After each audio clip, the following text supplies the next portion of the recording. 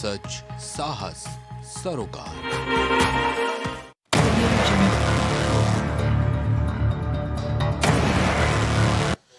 नमस्कार, मैं हूं गौरव श्रीवास्तव। प्राइम डिबेट में आप सभी का बहुत बहुत स्वागत है। देश की राजनीति में रोज नई नई करवटें बदलती जाती हैं और नए नए विचार आते रहते हैं, नए नए मसले आते रहते हैं। यहाँ 24 के चुनाव है, इसके लिए लगातार रणनीति बनाई जा रही है, मेहनत चल रही है। सभी दल अपनी अपनी बातें बोल रहे हैं, अपनी भी तैयारियों को पुख्ता कर रहे हैं। भाई चुनाव महत्वपूर्ण है तो यहाँ तैयारियां पुख्ता करनी भी पड़ेंगी। और सबसे महत्वपूर्ण बात है, इस चुनाव में कोई भी अपने आप को कमतर नहीं आंक रहा है। एनडीए इस बार 400 पार की बात कर रही है तो आईएनडीआईए गठबंधन बोल रहा है कि इस बार बीजेपी का पुलिंदा बनना तय है, हम उनको सत्ता से बाहर कर देंगे। बीजेपी उत्तर प्रदेश में 80 सीट जीतने का दावा कर रही है तो आईएनडीआईए बोल रही है कि इस बार इनका कोई भी दावा सही साबित नहीं होने वाला है। आईएनडीआईए की बैठक थी कल और आज। उस बैठक पर तमाम बड़े बड़े फैसले किए गए। कोऑर्डिनेशन समिति बना दी गई 13 सदस्यों की, तमाम बड़े बड़े नाम उसमें शामिल किए गए। पर इसके अलावा चर्चा की अगर बात करें तो एक महत्वपूर्ण चर्चा फिर शुरू हो गई है, जिसकी अगर शुरुआत की बात करें तो चर्चा पुरानी है। 2015 में लॉ कमीशन ने एक रिपोर्ट सौंपी थी, उसमें उसने कहा था कि एक राष्ट्र एक चुनाव हो सकते हैं, करा जा सकते हैं। इससे खर्चा बचेगा, आम जनता का समय बचेगा और परेशानी भी बचेगी।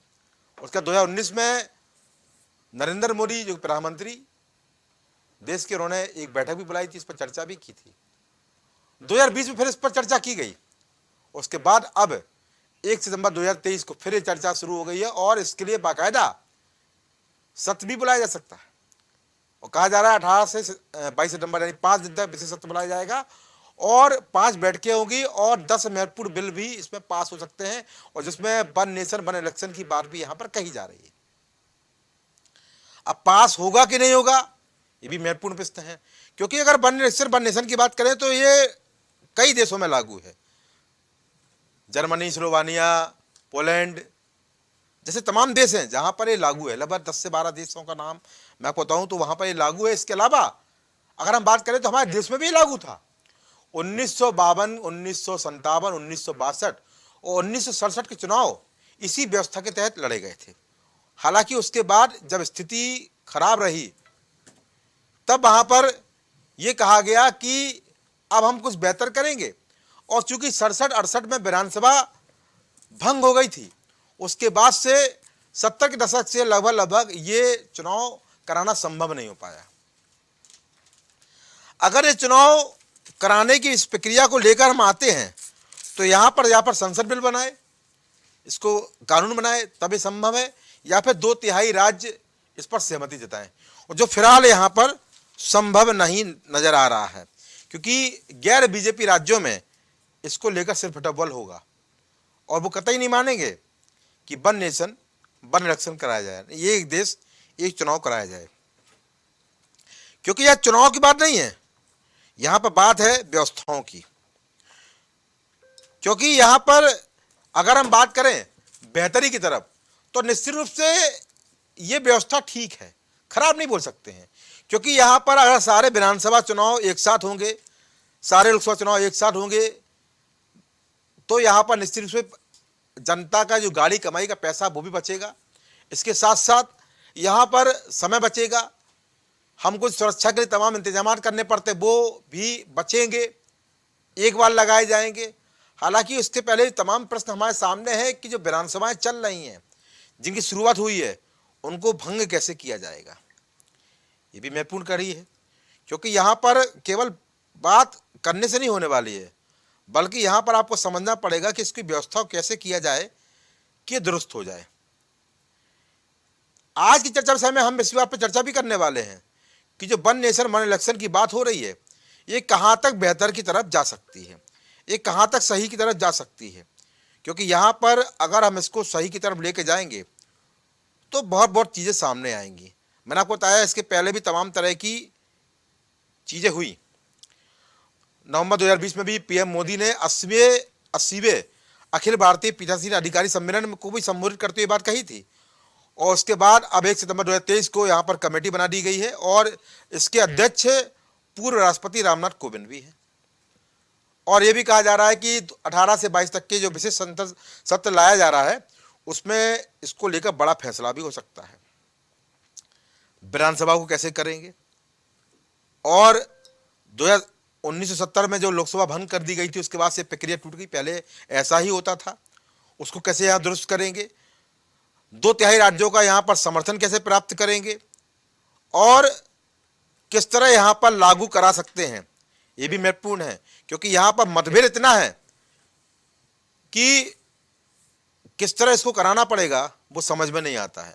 और यहाँ तक कि अगर ये सरकार इसको लेकर आती है तो निश्चित रूप से एक बात भी तय है कि विपक्ष इसको लेकर जरूर सुप्रीम कोर्ट जाएगा और ऐसा करने से रोकेगा। और जिसको लेकर हमने देखा है, जब इसकी बात की गई तो AIMIM प्रमुख असदुद्दीन ओवैसी इसको लेकर विरोध भी जता चुके हैं। हालांकि वो विरोध तमाम मुद्दों पर जताते रहते हैं, पर इस बार उन्होंने फिर विरोध जताया है।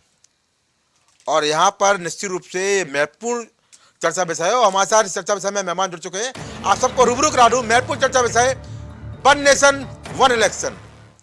देशबंधु दीक्षित भारतीय जनता पार्टी से पक्ष रखेंगे, विवेक पांडे समाजवादी पार्टी से भी राय देंगे, प्रवक्ता आपसे यहाँ पर प्रितपाल सिंह सलूजा अपनी राय देंगे, प्रवक्ता सुभाषपा से, उनके फॉरवर्ड प्रवक्ता दयाराम भार्गव अपनी राय देंगे और गजेंद्र त्रिपाठी यहाँ पर राजनीतिक विशेषज्ञ रूप में अपनी समीक्षा करते नजर आएंगे। आप सभी का इस कार्यक्रम में बहुत बहुत स्वागत है। तो मेरा पहला सवाल रहेगा वो रहेगा नेता भाजपा देशबंधु भाई से।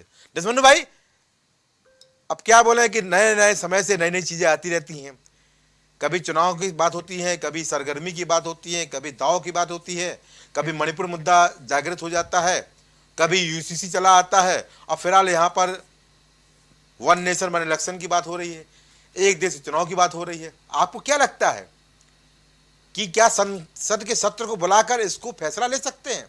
क्या इतना आसान है कि एक देश एक चुनाव करना? कितनी व्यवस्था हमारे देश के पास है? क्या आपको लगता है कि 2/3 राज्यों का जो समर्थन जरूरी है वो समर्थन आपको मिल जाएगा? कैसे देखते हैं इस व्यवस्थाओं को? क्योंकि चुनाव से पहले 24 चुनाव के पहले वन नेशन वन इलेक्शन की बात कहां तक सार्थक नजर आती है? क्या समय भटकाने के लिए मुद्दा है या वास्तव में केंद्र की मोदी सरकार इसको लेकर एक बड़ा फैसला लेने की तैयारी में आ चुकी है? देशबंधु दीक्षित। बहुत बहुत धन्यवाद। प्राइम टीवी के सभी दर्शकों को नमस्कार और बैठे साथ में पैनलिस्टों को नमस्कार। बहुत महत्वपूर्ण चर्चा आज आपने छेड़ी जी। और देखिए, जो वन नेशन वन इलेक्शन पे आपने बात की तो ये एक प्रधानमंत्री नरेंद्र मोदी द्वारा लाया गया एक सराहनीय कदम है और स्वागत योग्य कदम है। अच्छा, अब आप पार्टी का तो खराब कहाँ बोल सकते हैं? नहीं, देखिए, बात खराब करने की नहीं। अच्छा गौरव भाई, अगर प्रयोगात्मक रूप से देखें तो यह तो आप भी मानेंगे कि विभिन्न प्रकार के जो चुनाव होते हैं, चाहे त्रिस्तरीय हो, चाहे स्थानीय निकाय चुनाव हो, नगर पंचायतें हो, ब्लॉक प्रमुख हो, विधायक हो, विधानसभा हो या लोकसभा हो, विभिन्न प्रकार के चुनाव में समय तो लगता ही लगता है, लेकिन आप जानते हैं कि बहुत विशाल राशि और मानव संसाधन भी प्रयोग किया जाता है।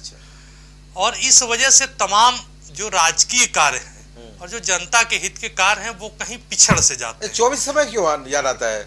10 साल 9 साल से सरकार आपकी नहीं, देखिए, जो आपने कहा किसी भी समय कोई भी कमेटी आज बनाई है, 20 में बना देते, 19 में बना देते, कोई कार्यक्रम आपको? देखिए, कोई भी फैसला होता है गौरव भाई, ये तो आप भी जानते हैं, परिस्थिति काल और समय के अनुसार ही निर्णय लेना। तो मुहूर्त आ गया इसका? नहीं, अभी मान लीजिए कहीं कोई चुनाव आ गया, विपदा आ जाए, विपदा या कोई उत्सव आ जाए, तो उत्सव आ जाता है तो हमारी मानव संसाधन और हमारे जो तंत्र हैं वो अलग तरह से उत्सव मनाते हैं। अच्छा। और कोई परिस्थिति ऐसे ही आपदा आ जाती है तो फिर वही संसाधन जी दूसरे तरीके से यूज हो जाते हैं। अच्छा। और इससे पहले भी अभी कौन सी परिस्थिति आ गई? इससे पहले भी नहीं, गौरव भाई सुन लीजिए, मुझे 30 सेकंड दे दीजिए, मैं आपको सारे। इससे पहले भी आपने देखा होगा जब 1947 में भारत आजाद हुआ था जी, और जब राज्यसभा का गठन हुआ था, अच्छा, तब भी आपने देखा होगा जब राज्यसभा गठित हुई तो बहुत सारे विपक्षियों ने, कांग्रेस ने सबसे पहले सवाल उठाया था, अच्छा, अरे 1/3 सदस्य कैसे हर तीसरे साल में रिटायर्ड हो जाएंगे, अच्छा, और राज्यसभा की कैसे गठन होगा और राज्यसभा में कैसे सदस्यता दी जाएगी और कैसे, जबकि उच्च सदन है, और कैसे ये चलेगा और कैसे निर्देशित करेगा। लेकिन देखिए, धीरे धीरे कोई भी चीज होती है तो पहले एक परिकल्पना होती है और वो परिकल्पना मूर्त रूप पे जब साकार होती है तब परिणाम आते हैं सामने। अच्छा। और आज देखिए, राज्यसभा जो है बहुत अच्छा काम करती है। विधानसभाओं में भी जो विधान परिषद है लगभग 6-7 राज्यों में है जी। वह भी अपना कार्य गतिपय कर ही रही है और दोनों उच्च सदन होते हैं और इसमें बड़े प्रबुद्ध लोग आते हैं समय समय पता है, आगे पर बताइए। देश। हाँ, तो इसी प्रकार की परिकल्पना है कि वन नेशन वन चुनाव इलेक्शन। जी। तो यह भी आपने देखा होगा जो अभी 18 से 22 तक ये तो विशेष सत्र बुला रहे, उसमें तो एक परिपाटी ये है, दूसरे I.NID के आज आपने देखा होगा उधर बैठक चल रही थी और मैंने कई मीडिया चैनलों में देखा ये चल रहा था, कुछ नेता ज्योतिषियों को भी फोन करने लगे। अच्छा। अरे ऐसा ना हो भाई चुनाव डिक्लेयर हो जाए। अच्छा। अभी तो फिर अरविंद केजरीवाल भाई साहब बहुत चिंताग्रस्त हो गए। अच्छा। अरे सीट का बंटवारा नहीं हुआ बड़ी बढ़िया रही आप तो लोग कुछ लोग तो प्रधानमंत्री पद का होल्डिंग बन गई क्या? हाँ, इसीलिए चक्कर में होल्डिंग बैनर लगाने लगे। अच्छा। तो देखिए ये बहुत अच्छी है और आप भी इस बात से आप तो बहुत प्रबुद्ध हैं। आपको नहीं लगता है कि हम लोग साल भर व्यस्त रहते हैं? हमें सब लगता है, हर दूसरे तीसरे महीने में कोई चुनाव है और हम सब लोग सारे मुझे बहुत अच्छा लगता है, पर चुनाव के समय अच्छा नहीं लगता मुझे। दिनचर्या छोड़ के देखिए चुनाव के समय नहीं, अब इसका भी समय आ गया है। और देखिए अब से देश ऐसा अच्छा, अभी आप देखिए सारी रेड मूवी आपने बहुत ये लोग प्रश्न उठाते थे। अच्छा। आपको मालूम है पिछले तिमाही में 7.8 विश्व की सबसे तेज अर्थव्यवस्था में देश। अच्छा।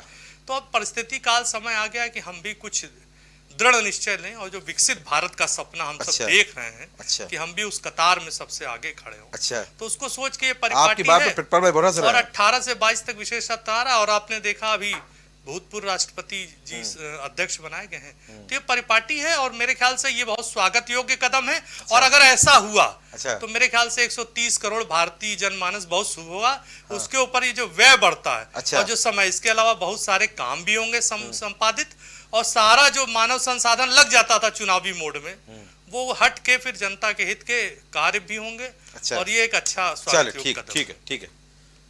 बे पांडे नेता सपा बे भाई देवेंद्र जी बोल रहे हैं बड़ा अच्छा कदम है, बड़ा सराहनीय कदम है और निश्चित रूप से व्यय बचेगा, परेशानी बचेगी, लोगों की तकलीफ कम होगी, समस्याएं कम होगी और बहुत बेहतर कम है। हालांकि उन्होंने ये भी बताया कि इसको केवल चुनाव के समय ही क्यों करते हैं। खैर उन्होंने कहा इसकी प्रक्रिया लंबे समय से चल रही है, सरकार इसको लेकर वचनबद्ध है और सरकार इसको लेकर पूरी तरह से तैयार है। आपकी क्या राय है? एक देश एक चुनाव, वन नेशन वन इलेक्शन कैसे होना चाहिए?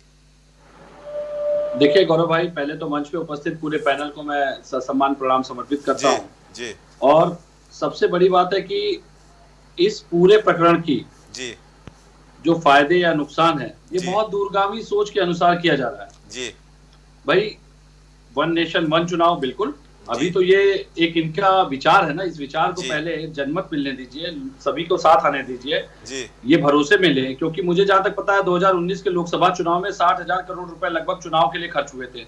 अच्छा। और वन नेशन वन पॉलिसी को लागू करने के लिए जो आवश्यक सबसे महत्वपूर्ण विषय है वो 16 विधानसभाओं का समर्थन होना चाहिए। इसमें बिल्कुल होना चाहिए। 16 राज्यों की विधानसभा में, मतलब इस प्रस्ताव को पहले पास करवाना पड़ेगा जी। बिल जन प्रतिनिधित्व अधिनियम 1951 के तहत लाया जाएगा, जिसमें कि बदलाव सुनिश्चित करना पड़ेगा पहले ऑर्डिनेंस ला करके जी।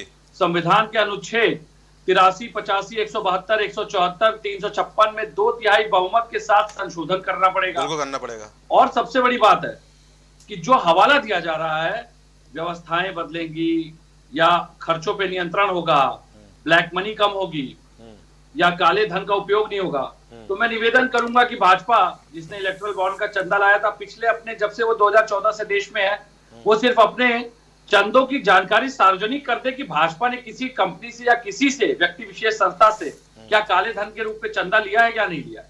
अच्छा, पहले अपनी निष्पक्षता साबित कर दे।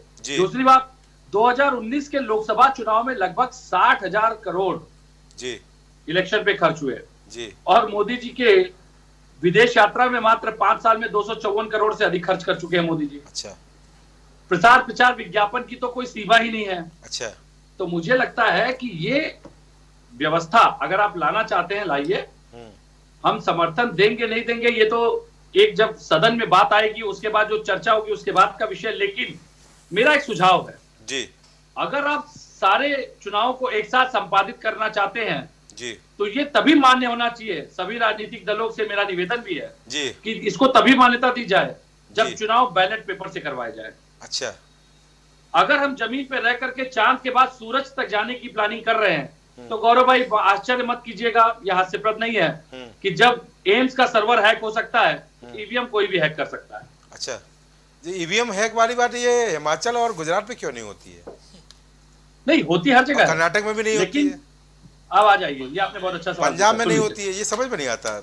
अब मेरी बात आ जाए, अब मेरी बात ध्यान से सुनिएगा। हाँ, सुना। ईवीएम हैक की प्रक्रिया जो आरोप लगते हैं, जिसको कि पहले खुद भाजपा कभी नकारती थी कि ईवीएम से चुनाव न किए जाएं। जी, देखिए, जब 1/3 बहुमत एक तरफा गिर रहा होता है गौरव भाई, तब आप ईवीएम के हैक करने की प्रक्रिया का अनुपालन कर सकते हैं। लेकिन 50% से अधिक बहुमत, 75% से अधिक बहुमत जब एक तरफा जा रहा होता है, अच्छा, तब आपके लिए मुश्किल होता है। अच्छा, हमारी अगर पिछले चुनाव की बात की जाए, बड़े स्पष्टीकरण के साथ बता रहा हूँ। अच्छा, आप देखिए सपा की सीट पश्चिम में जहां जहां हमारे हाथ से निकली, वहां पे अंतर कुछ हजार वोटों का था। अच्छा, मात्र मुझे लगता है 6 से 12% के वोट का अंतर रहा जहां जहां पे सपा को हराया गया जी। लेकिन अगर आप देखिए कर्नाटक एक तरफा बहुमत जी, जहां जहां से राहुल गांधी जी ने भारत जोड़ो यात्रा की, एक तरफा बहुमत। अच्छा, और सबसे बड़ी बात, अब 5 राज्यों के चुनाव से मोदी जी इतना घबरा क्यों रहे? 2000 वैसे भी आगामी चुनाव जो लोकसभा के हैं उसमें तो मोदी जी की शिकस्त तय है। अच्छा, तय हो गई क्या भाई? क्या सीएजी ने भी जो इनके भ्रष्टाचार उजागर किए हैं, अच्छा, मोदी सरकार के, उसको आप नकार कैसे देंगे? इसका जवाब तो देंगे ना। और पीएम केयर की तो अभी तक बात ही नहीं की गई है। अच्छा, और भाई, अच्छा, पीएम केयर का तो हिसाब ही नहीं दे रहे हैं। अच्छा, नहीं दे रहे हैं। पीएम केयर पे ये कह रहे हैं कि वो आरटीआई के अंतर्गत नहीं आता। अच्छा, तो सबसे बड़ी बात यह है, आरटीआई के अंतर्गत नहीं आता, ये निर्णय किसका है? सरकार का है ना। तो ऐसा क्या भ्रष्टाचार है उसमें कि आप उसकी जानकारी दे? आपके नेता समाजवादी पार्टी के मुखिया अखिलेश यादव बोल रहे हैं कि धोखा दे रहे हैं, वन नेशन वन इलेक्शन के नाम से भटका रहे हैं।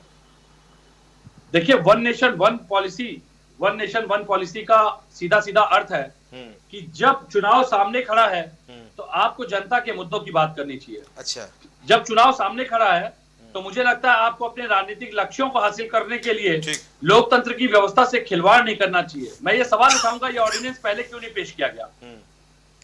मैं ये सवाल उठा रहा हूँ, टाइमिंग बड़ा मैटर करती है किसी भी चीज को लेकर के। ये ऑर्डिनेंस पहले क्यों नहीं पेश किया गया? अब क्या आप वन नेशन वन पॉलिसी का ऑर्डिनेंस इसलिए ला रहे हैं कि अडानी पर जो अंतरराष्ट्रीय समाचार पत्रों ने या अंतरराष्ट्रीय मीडिया एजेंसीज ने मोदी के संबंध को लेकर सवाल उठाए, आप उससे लोगों का ध्यान हटाना चाहते हैं? अच्छा, तो भाई सवाल तो उठेगा ना।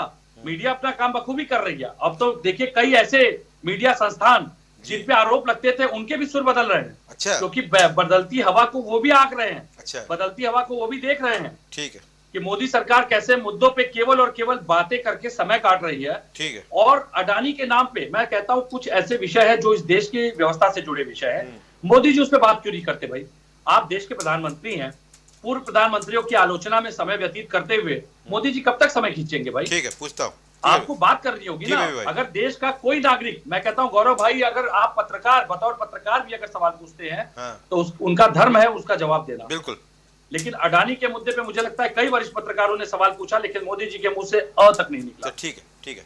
कृपाल सिंह सलूजा, कृपाल भाई, देशबंधु भाई बोल रहे थे तो आप बड़े मुस्कुरा रहे थे। ये आपके नाम उन्होंने ले लिया, केजरीवाल जी का नाम उन्होंने ले लिया, तो आपको बड़ी खुशी हुई थी? इस बात को लेकर मुस्कुरा रहे थे या उनके वक्तव्य पर मुस्कुरा रहे थे आप?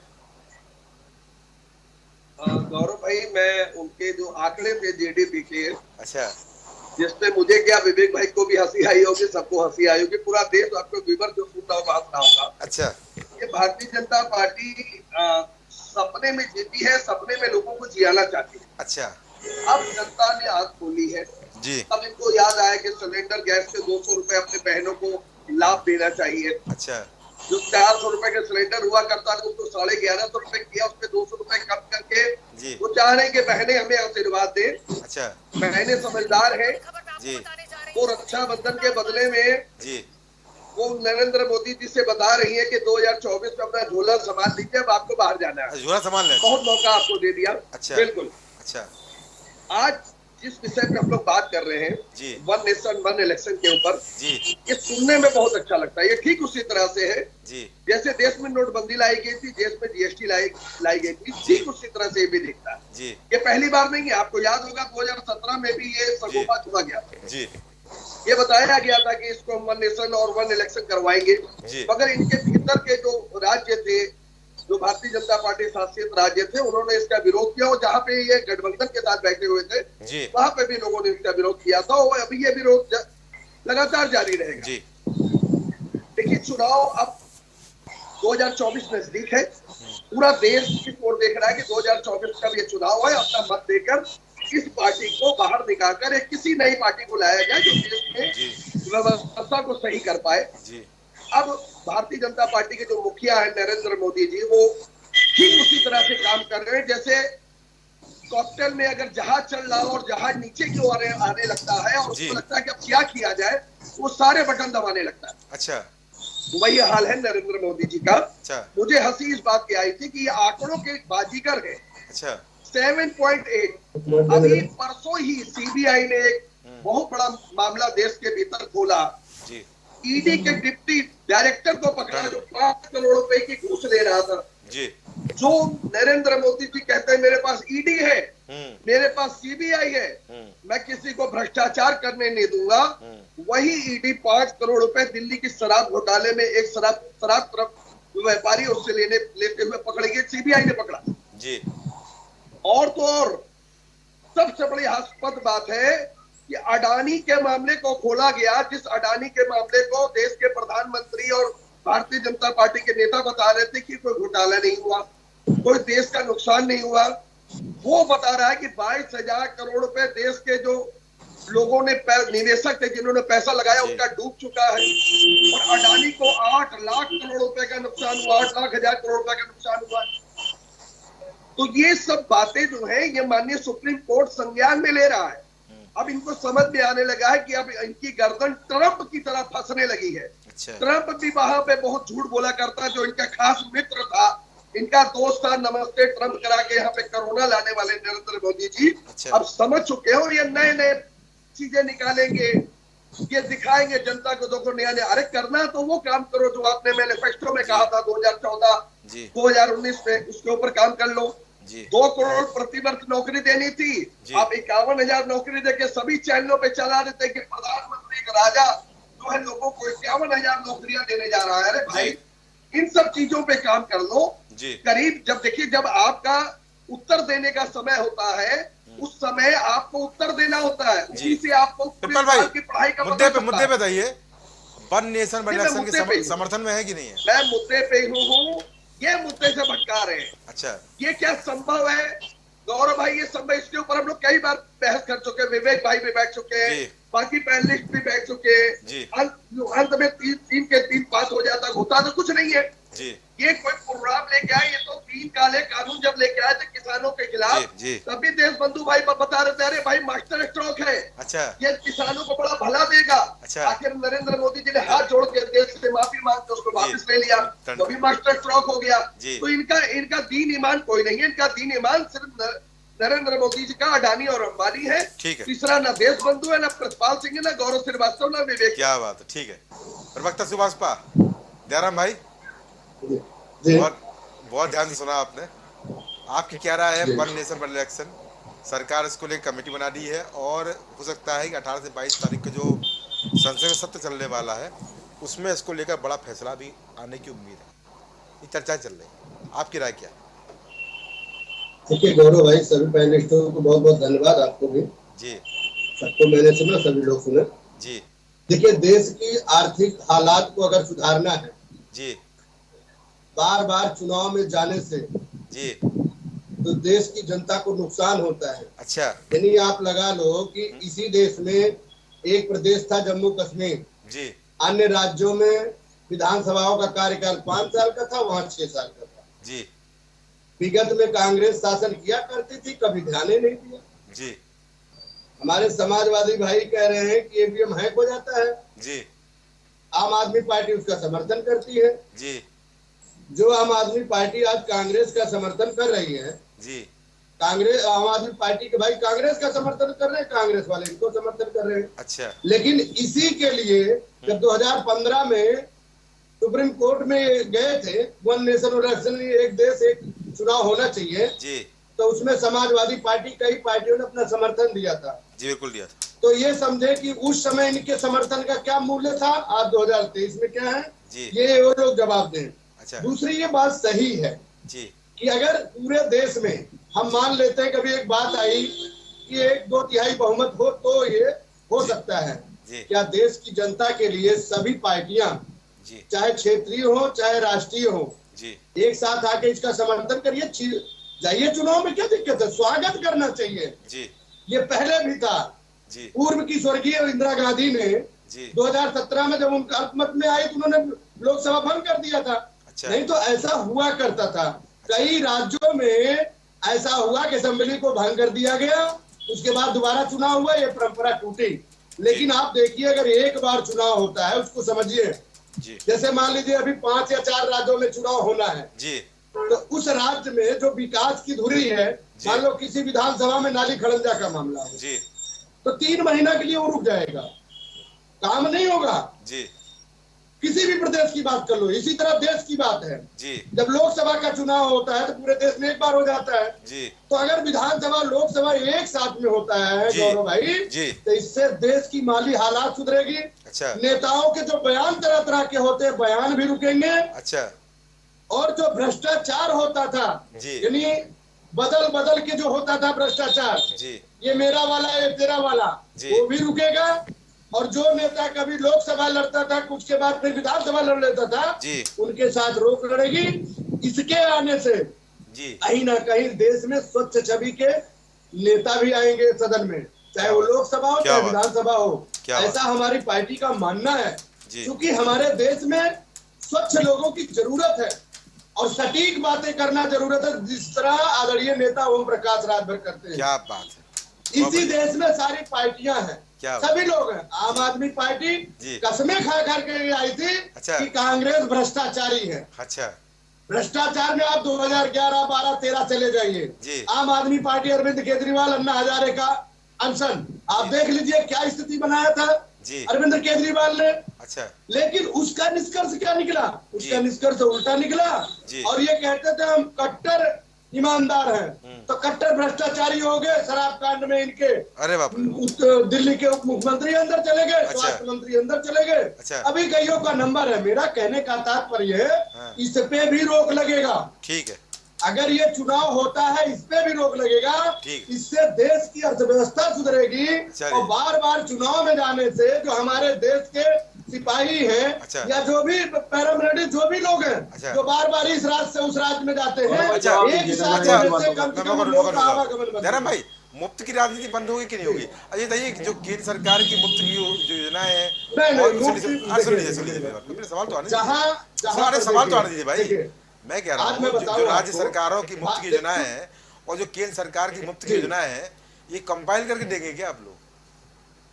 नहीं, देखिए, एक कॉम्बो बना के देंगे क्या? ये स्टेट की योजनाएं मुफ्त की, ये केंद्र की योजनाएं मुफ्त की, कॉम्बो लीजिए, कॉम्बो है। सुन लीजिए भाई, सुनिए। मैं बहुत साफ सुथरी बात करता हूँ। मैं भी साफ ही बोल रहा हूँ भाई। फ्री की योजना की बात जो लोग विरोध करते हैं, ये 5 किलो राशन और जिसके घर में 5 मेंबर 5 किलो जा रहा है, मैं दावे के साथ कह रहा हूँ, गाँव में चले जाइए, किसी जो भूमिहीन है, जिसके पास कोई खेती नहीं है, मैं बता रहा हूँ, धरती की बात बता रहा हूँ, पैनलिस्ट जितने लोग बैठे इन लोगों को, अरे 80 करोड़ लोगों को राशन दे रहा है, सभी गरीब है क्या? ऐसी बात कर रहा हूँ राम भाई। अरे मैं बता रहा हूँ, सुन तो लीजिए। 80 करोड़ लोगों को राशन दे रहे हैं आप लोग, सब गरीब, सब गरीब होगा क्या? मेरी बात सुन तो लीजिए, सुन तो लीजिए।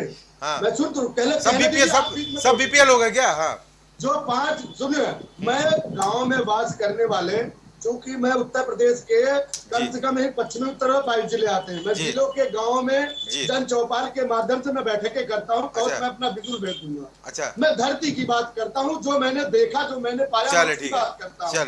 गाँव में आज भी है जो भूमिहीन है, जो दूसरों के यहाँ मजदूरी करते थे, आज उनको जो 5 किलो 25 किलो अनाज मिल रहा है, वो बहुत ठीक है, इसलिए उसके पास कोई, चले ठीक है, हो गया, चले हो गया। धर्म भाई, मैं गणेश भाई को लेता हूँ पहले, पर बेबी पांडे कुछ बोलना चाह रहे हैं धर्म भाई आपके लिए। बेबी पांडे कुछ बोलना चाह रहे हैं। जी, गौरव भाई जी, मुझसे 2 सवाल पूछे गए, बड़े शिष्टाचार के साथ जवाब दूंगा। हाँ, बोल लीजिए। आदरणीय अखिलेश यादव जी तो कह ही चुके हैं कि अगर केंद्र में एक साथ एक चुनाव की बात हो रही है, तो यूपी में भी ऐसा करके दिखा दीजिए। हमसे ज्यादा खुशी किसको होगी? लीजिए। दूसरी बात क्या जाऊँ, मैं आपको बता रहा हूँ भाई, हमने समर्थन किया था। कौन सी आलोचना की बात है? हम तो खुश होंगे अगर एक साथ चुनाव हो जाए। उसमें 2 साल आगे क्या, 2 साल पहले हो जाए, हम तो चाह रहे हैं कि चुनाव 2.5 साल से कम जिसका सुन लीजिए, सुनो भाई, साहित्य हो गया गौरव भाई, मैंने संयम से सुना। अरे सुन लो, मेरी बात क्यों नहीं आने दे रहे? दयाराम भाई सुन लीजिए भाई, सुन लीजिए दयाराम भाई सुन लीजिए। वे पांडे बोल रहे हैं, आपके लिए बोल रहे हैं, सुन लीजिए, जवाब आपको देना है, बोलिए वे पांडे, बोलिए अपनी बात पूरी करिए। मैं तो कह रहा हूँ कि 2 साल 3 साल आगे क्यों चुनाव आज करवा लेना। लीजिए, हम तो चाहते हैं कि चुनाव हो जाए यूपी में। लीजिए, और इससे बेहतर क्या होगा, हम तो इंतजार कर रहे हैं कि चुनाव आप 23 के साथ ही करा लीजिए, 24 में करा लीजिए हमारे साथ। चलिए, हम 27 का वेट ही क्यों करेंगे। चलिए ठीक। और उससे बड़ी बात बता देता हूँ, जी। अभी बहुत अच्छी बात कही थी आदरणीय दयाराम भार्गव भैया ने जी। 80 करोड़ लोगों को राशन, बिल्कुल सही, बहुत सही बात है। लेकिन ये 80 करोड़ लोग राशन क्यों पा रहे हैं? हाँ। क्योंकि आप इस बात को भी स्वीकार कीजिए कि मोदी सरकार विज्ञापन पे अपनी छवि सुधारने के लिए 71 लाख रुपए प्रतिदिन खर्च कर रही है एड पे, और अच्छा। प्रिंट मीडिया पे 23 अरब से अधिक रुपए अभी तक खर्च कर चुकी है। जनता के टैक्स के पैसे से, अच्छा। राजनीतिक दल के चंदे के पैसे से नहीं। और ये जो बोझ है, ये जनता को ये बोझना पड़ रहा है। बोझ नहीं है क्या? 300 रुपए के राशन, बोझ नहीं है क्या? 400 रुपए का सिलेंडर लेना पड़ समाजवादी रहा है। पार्टी से भाई में डांस करवाती अरे दयाराम भार्गव भाई, करवाते थे क्या? दयाराम भार्गव भाई सुनना बताइए सीखिए, ना, वरना सफाई में डांस डिबेट में करवाते थे, बोलना भी हमें भी आता है। करवाते थे। आप बात आने नहीं दे रहे। बोल रहे सैफई में डांस कराते थे, वो किससे होता था? वे पांडे, दयाराम भार्गव पूछ रहे हैं कि सैफई में डांस कराते थे, वो किससे होता था? नेताओं की कमाई से होता था क्या? नहीं, धान अरे वही देखकर तो ओम प्रकाश राजभर हमारे पास आए थे, वो हमसे बात करवाते तो चलेगा। अच्छा, क्या बोल रहा है? और क्या बोल रहा है? वही वही देख करके तो ओम प्रकाश राजभर, उनकी पार्टी के लोग हमसे जुड़ना चाह रहे थे। अच्छा, कि ऐसा कार्यक्रम फिर करवाया जाए। डांस, लेकिन अब जब अखिलेश जी ने सीधे मना कर दिया तो देखिए चले गए। अच्छा चले गए। अब जहाँ अधिकारी नाच रहे हैं वहां जाकर के बैठ गए। समाजवादी पार्टी के प्रवक्ता अधिकारियों की गोद में नाचने के लिए बैठ गए। जहाँ अधिकारी नाच रहे, कानपुर में देखा नहीं था कैसे अधिकारी नाच रहे। इतना अंदर है। अच्छा। अरे यही बात, माँ बेटी जल रही थी, और ये हर थाने चौकी में यादव नजर आता है। चल ठीक है, हो गया, चले हो गया, गजेंद्र भाई बोलेंगे, दयाराम भाई हो गया, वे पांडे हो गया, अगर टर्न पे लूंगा आपको। चल हो गया, अरे झूठ, अरे हो गया भाई, पहले बोले डिबेट चलो ठीक है, चलो अगर सही नहीं हो सकते तो डिबेट में बीच में झगड़ा नहीं करेंगे। बाकी वरना हम ही नहीं बोलने देंगे। साफ दर्शाता है कि आप लोग कितने झूठे हो। चिल्लाओ, और चिल्लाओ। आप लोग जनता का आपके पैसा जो भ्रष्टाचार सफाई की में पोल आप लगाते ही थे, के पार्टी के लोग विकास चलो ठीक है, के नाम पर चलिए, सिर्फ बताइए, गोदी में पत्ता साफ है, धीमा करिए, और फिर भाजपा आपको निकाल के फेंकेगी। चलिए गजेंद्र भाई बोलेंगे, गजेंद्र भाई बोलिए। धन्यवाद जी। अभी तक हम लोगों ने जी एक अच्छी चर्चा की जी। और जब इस देश में जी 1967 तक ऐसे चुनाव हुए हैं जी, तो ये कोई मुश्किल काम भी नहीं है। अच्छा, ठीक, और एक देश एक चुनाव का स्वागत हम सभी को करना चाहिए। अच्छा, समय ही धन है। अच्छा, अगर समय बचता है तो राष्ट्र के कल्याण में हम सभी लोग सहयोगी होंगे। क्या बात है। समय नहीं जब रहता, हम ये बताइए, हम लगातार 6 महीने तक, जी 6 महीनों तक चुनाव में रहते हैं। बिल्कुल रहते हैं। अने आप मान लीजिए, आज राजनीतिक दल क्या सोच रहा है, अब 1 साल तक पूरा हमारा क्या मूड है, चुनाव का मूड है जी। 1 साल कहां से आएगा ये? जी बिल्कुल। निश्चित तौर से ऐसे जो रास्ते हैं जिससे देश का कल्याण हो, हम सभी को सहयोग देना चाहिए। अखिलेश जी ने तो अपनी बातें कह दी हैं धीरे से जी। वो जो आज इंडिया है उससे हट के बात उन्होंने कह दी। अच्छा, कि भाई हम तो स्वागत इस चीज का करेंगे। उन्होंने हल्की बातों में कह दी उसको, क्योंकि उनका तो निश्चित तौर से भाई 2 साल की सरकार यहाँ रहेगी, 2.5 साल की सरकार रहेगी। इस सरकार के बाद वो आएंगे चुनाव में। और एक बात और आपसे बता दूं जी, उत्तर प्रदेश से अगर आप योगी जी को देखते हैं तो उत्तर प्रदेश में अखिलेश जी भी देखे जाते हैं, और अब राष्ट्रीय स्तर पर देखे जाएंगे। अच्छा, क्योंकि निश्चित तौर से जब भी इस लेवल का चुनाव होगा तो उत्तर प्रदेश से वो भी एक व्यक्ति के रूप में प्रधानमंत्री के चेहरे होंगे। क्या बात। और आज अगर देखा जाए इंडिया के पास जी, तो अखिलेश यादव से बड़ा विकल्प कौन है भाई? लीजिए, कौन चेहरा है उससे अच्छा? जी जी, उससे अच्छा चेहरा कौन है? आपने आग लगा दी नहीं है? आग नहीं लगा रहा हूं मैं। आपने आग लगा दी। देखिए, आप ये भाई आग लगा दी आपने। जनमानस में आप देख लें, जिस लेवल पांडे समझ गए। जिस लेवल की लोकप्रियता अखिलेश जी के पास है, मोदी जी, अमित शाह जी उत्तर प्रदेश के चुनाव में न आए और योगी जी और वो आमने सामने लड़े, देखे क्या होता है। अच्छा, बीजेपी के लिए भी हमें ऐसी बात नहीं। देखिए जी, 2 लोकप्रिय नेता हैं यहाँ। अच्छा, ठीक, और दोनों राष्ट्रीय स्तर के चेहरे हैं। अच्छा, समस्या क्या है कि कुछ लोगों को ये दोनों हजम नहीं हो रहा है। हजम नहीं हो रहा है। ठीक है, तो जिनको हजम नहीं होंगे हाँ। उनके पेट में दर्द होगा।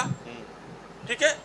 तो ऐसी बात, जो अभी बात उन्होंने कहा, कितनी अच्छी बात कहा कि भाई चंदा उन्होंने लिया। अरे भाई, कोई राजनीतिक दल इस देश का ऐसा है जो कि व्यापारियों से चंदा नहीं लेता है? एक राजनीतिक दल है कोई? सब चंदा लेते हैं। चंदा जीवी हैं वो, उसी चंदा से जीते हैं, उसी चंदा से खाते हैं, उसी चंदा से लड़ते हैं। तो चंदा पर तो बिल्कुल बात मत कीजिए आप। आप एक अहम मुद्दे में जीएसटी को ला करके खड़ा कर दिए थे आप। जीएसटी क्या समझते हैं आप? एक व्यापारी के लिए उससे सरल आज कोई रास्ता नहीं। टैक्स लेता है, टैक्स जमा करते हैं। रोटी पे भी जीएसटी अच्छी बात है। मैं फिर आ रहा हूं आपसे। देखिए, उन्होंने बात किया जीएसटी की। जीएसटी अगर ली जाती है, जीएसटी सरकार के खाते में जमा कर दी जाती है, ये बाबू जो 4-4 साल तक, 6-6 साल तक केस, एक व्यापारी 6 साल तक केस। अभी आपसे बता दूं, जीएसटी लागू हुए कितने दिन हो गए, लेकिन आज भी व्यापारी बैठ के केसेस को लड़ रहे हैं। आज इस देश में इन्होंने राशन पे ला दिया। भाई, राशन में क्या दिक्कत है आपको? आपको क्या दिक्कत है राशन से? और राशन जिन लोगों को मिल रहा है, कितने इस देश में कितने % लोग ऐसे हैं जो कि आकर के टैक्स यहाँ पे देते हैं, इनकम टैक्स? कितने % लोग हैं? भाई, गरीबी रेखा का मूल्यांकन तो है ना देश में। सरकारें आती हैं। आपका मानना 80 करोड़ लोग गरीब है? अरे गरीब है। आप गांव ऐसे क्या है ना, गरीब है कि नहीं बताइए? हम लोग शहर में बैठ करके एक एसी गाड़ी में चलते हैं, एसी रूम में रहते हैं। ग्रामीण स्तर पर जब हम आते हैं, धरातल पर देखते हैं, गरीबी देखते हैं ना, गांव में 80% लोगों की हालत। गजन भाई, मेरा प्रश्न भी यही है। गजन भाई, मेरा प्रश्न भी यही है। और इस कब तक राशन बांटेंगे? वो 80 करोड़ के विकास से गौरव भाई, इस हालत के जिम्मेदार यही नेता है। अच्छा, नेता है। यही नेता जिम्मेदार है। लोगों को विकास से मुख्यधारा में कब लाएगा? कब उनका जीवन को उन्नत बनाएंगे आप? 80 करोड़ लोगों को। अरे फिर मैं आपसे कह रहा हूं ना, यह नेता अच्छी बात है क्या? यह नेता अच्छी नीति है क्या? नहीं। अरे सुनिए, इसको अच्छा बोलेंगे आप? नहीं, बिल्कुल नहीं बोलेंगे। यह नेता चाहते हैं, सुनिए, यह नेता चाहते हैं कि लगातार अशिक्षित लोग रहें। चलो ठीक है, हो गया। अशिक्षित लोग रहेंगे तो ये चीजें मेंटेन रहेंगी। ठीक है, और नेतागिरी इन लोगों की चलती है। जसबंधु भाई, उंगली उठा रहे थे, लगातार जवाब दे दीजिए आप। जवाब आपको देना है जसबंधु भाई। नहीं, देखिए, मैं सबकी बात सुन रहा था और मैं चाहूंगा धैर्यपूर्वक सुने।